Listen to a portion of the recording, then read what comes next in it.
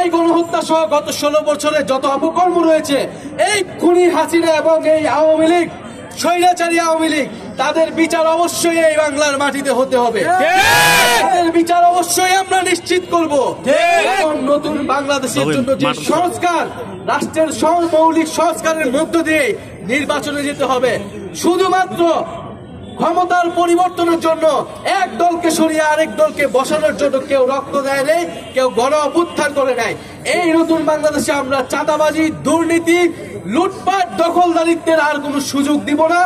ইনশাল্লাহ আপনারা আমরা একসাথে মিলে এই দেশ গড়ার যেই ডাক দিয়েছি, সেই দেশ গড়ে আমরা আবার ঘরে ফিরব। বৈষম্য বিরোধী ছাত্র আন্দোলনের ব্যানারে 2024 সালে সারা বাংলাদেশের ছাত্র সমাজ একটি যৌক্তিক ও ন্যায্য দাবিতে আন্দোলনে নেমে এসেছিল।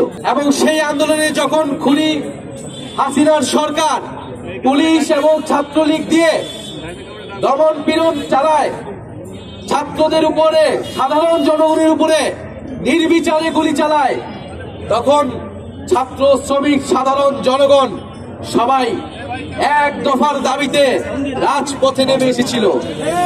আমরা জানি গাইবান্ধার 6 জনেরও অধিক ব্যক্তি শহীদ হয়েছেন এই গণ অভ্যুত্থানে। বাংলাদেশের এই দ্বিতীয় স্বাধীনতার জন্য গাইবান্ধাবাসীর এই আত্মত্যাগ বাংলাদেশের মানুষ, জাতীয় নাগরিক পার্টি চিরকাল ধরে মনে রাখবে, শ্রদ্ধার সাথে স্মরণ করবে সেই সকল শহীদদের।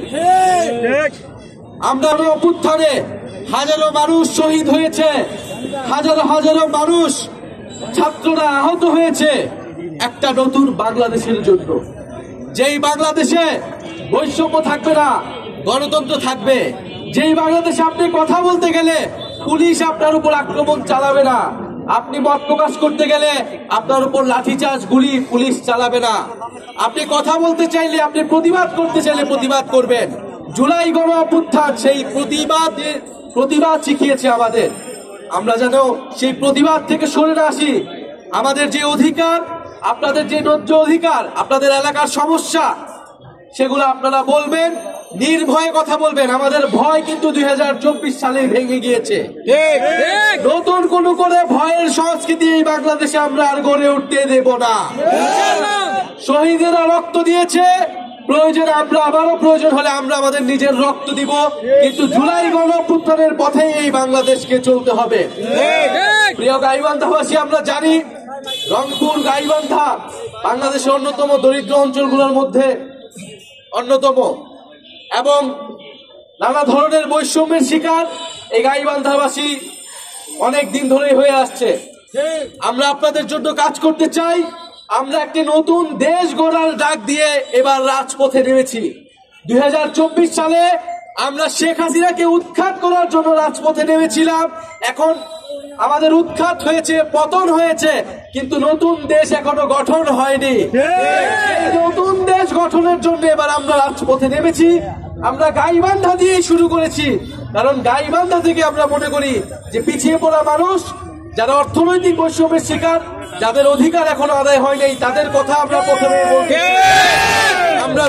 আমরা 64 জেলায় পদযাত্রা করব এবং 64 জেলার মানুষের কথা শুনে আমরা জুলাইয়ের ইস্তেহার, জুলাইয়ের ঘোষণাপত্র এই সরকারের থেকে আদায় করব।